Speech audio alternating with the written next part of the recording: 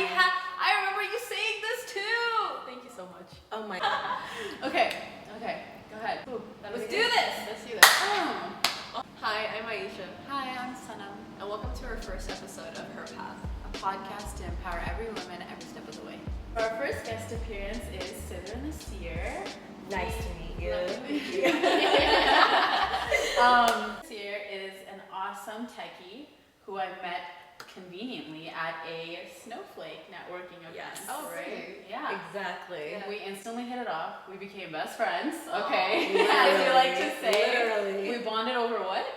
Well, I saw you when I was walking into the conference running late, and I was like, where's the registration? Yeah, I was there, and then I saw you again. You showed me where it was I literally had just gotten there at noon, and Sanam just walks over. With the giantess heels, and I went up to her and I was like, I love your heels. And that's exactly how our conversation started. And then we started talking about cars.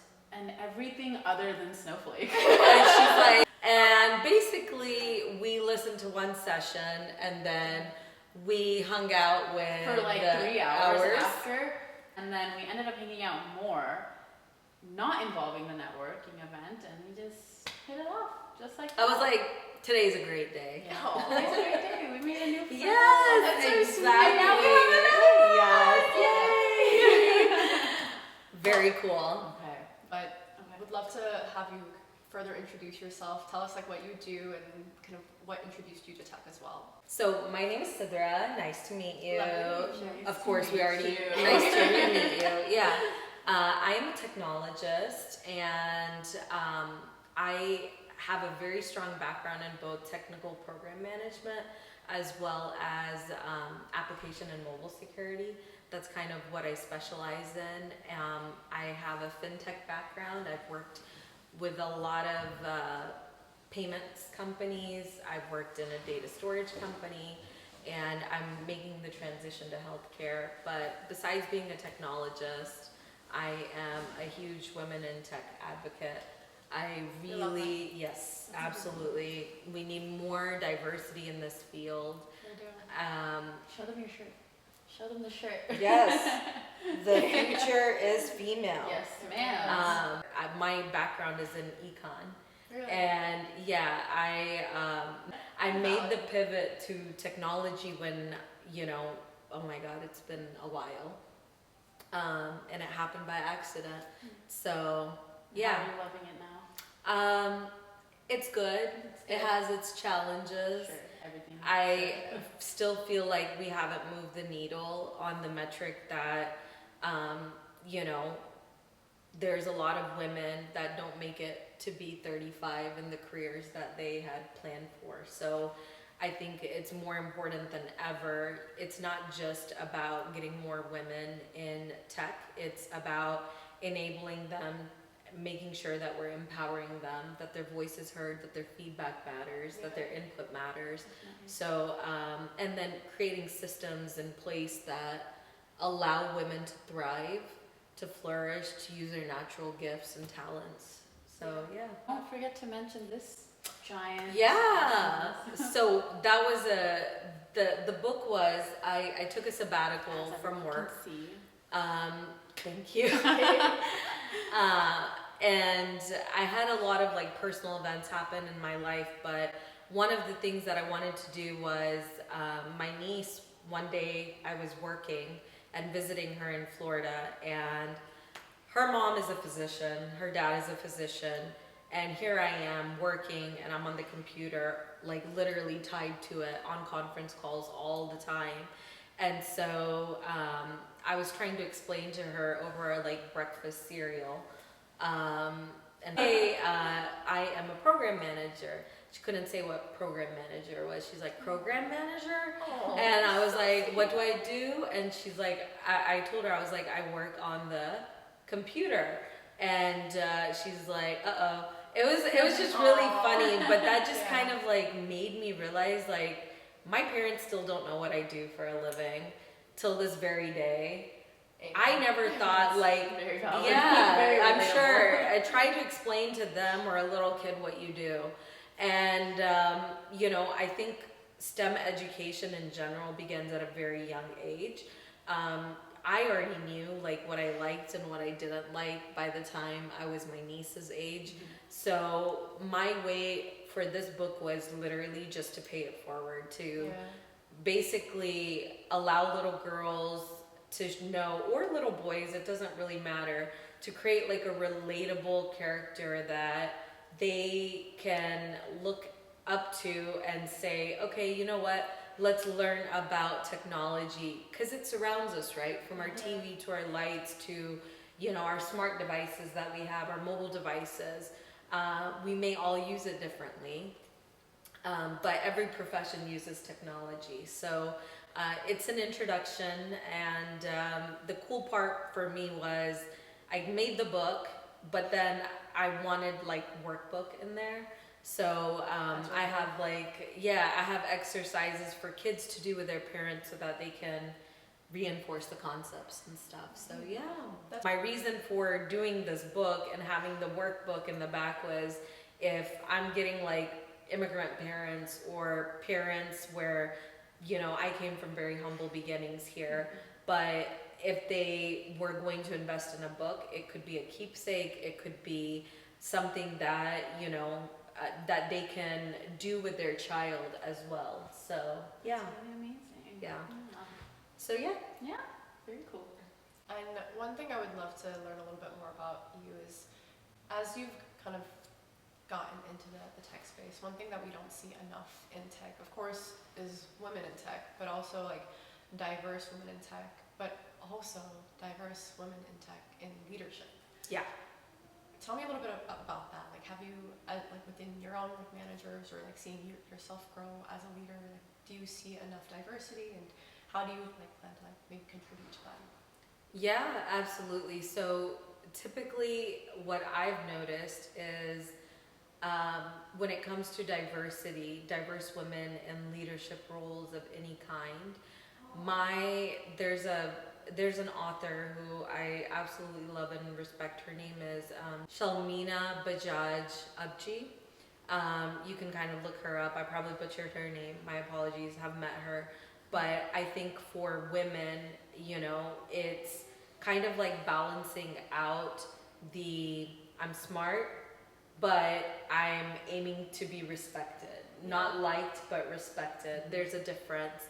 And she has this quote, she says, aim to be respected, not liked. And I've always lived by that quote. I think for me, when it comes to seeing women in diverse roles, you kind of have to, yes, toot your own horn, but I would be nowhere without my sponsors, right? And most of them, fortunately, have been men and women that have taken chances on me. So, you know, a lot of it does, I will say this, that we live in a very instant gratification society in general now compared to later. Like, I think my biggest thing for promoting diversity is obviously, like, I've been in a hiring manager role as well, but asking people what is it that they want to do.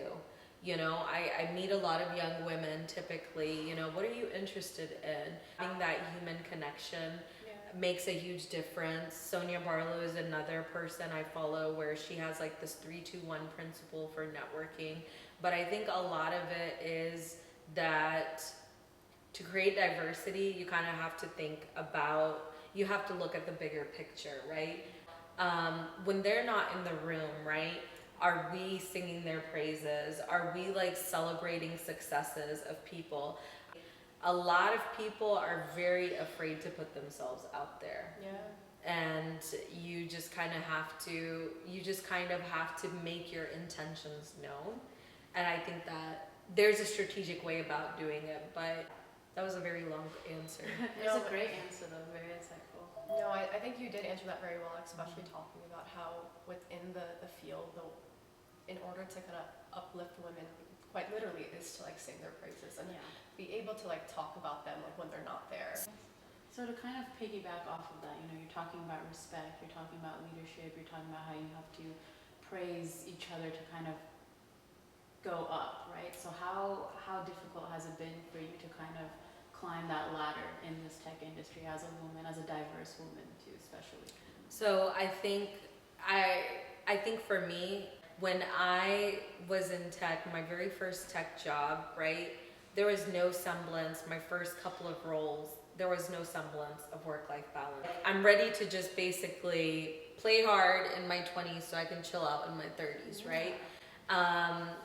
And so, work hard in my 20s so I can chill out in my 30s. So for me, a lot of it is, you know, to get into those leadership roles, you do have to raise the hand. You do have to take risks. I think a lot of it is just, it's very hard to, you have to be willing to accept failure, but you have to be more importantly, you have to be able to have that discipline to say, you know what, I'm gonna fall down 20 times and I'm gonna still get back up. And it's okay if I fall down again, multiple times. And you have to have a strong support group who does that. But what I tend to do in my apartment, I keep like a wall of thank you notes, that handwritten thank you notes people have written me, that just kind of like the days that I feel shitty, it just kind of keeps me going. Like, okay, this does not define me, you know? We're gonna write you one today. Oh, you're so sweet. It'll go on my wall. Of course. But a lot of it is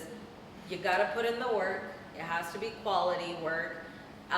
People can have personal differences with you, but you still have to, you don't have to be everyone's cup of tea, and it is okay.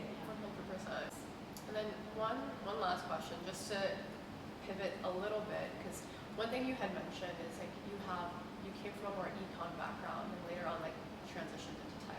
And I think a lot of the people in our community, they're interested in joining the tech field, but they don't know how to break in. Yeah. So maybe tell us a little bit more about like what helped you pivot into the tech space, not coming from that traditional tech background. I switched my major in college 5 times. I kid you not. I even took a gap year, but still graduated on time. Amazing. Yeah. I just note this: you're like the way that our U.S. education system is built. It's okay for you to experiment. I mean, nobody is keeping tabs on milestones that you need to meet besides you.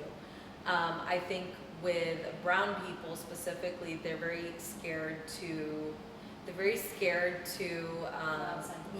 think outside the box. And so I pivoted. I was doing marketing for a while. I was working with startups and helping them raise capital. I was doing websites and SEO for a while as well. And then I pivoted to tech. And I pivoted to tech not because I wanted to, but when you're in the startup world, right? I was at that stage in my life where I wanted to invest in my learning. And I was like, okay, maybe I need to go work for a big company and see how it's done. And then later on, pay it forward in other ways, right? And so how did I break into tech? A lot of it is going to be, for people who are looking to get into tech, you can't just take certifications. You have to show proof. So a lot of the times, if you don't have a tech portfolio, take on a side project. Every application should have a customized tech portfolio. I know so many people that have gotten jobs where they may be camera shy or they may be like very shy talking to people. They interview really bad, but their tech portfolio speaks volumes. So I would highly recommend, you gotta put in the effort, just like you make time for everything else. But I know how to ask the right questions. That is something that I invested in. Nobody told me to go take a CCSP course at all. I chose to do that because I was like, okay, what do I need to know about cloud security, right? So you do have to find the time. You do have to ask the questions. You do have to humble yourself and say, you know what, I don't know a lot about this, but hey, can I just pick your brain a little bit? Can you maybe like dumb it down for me?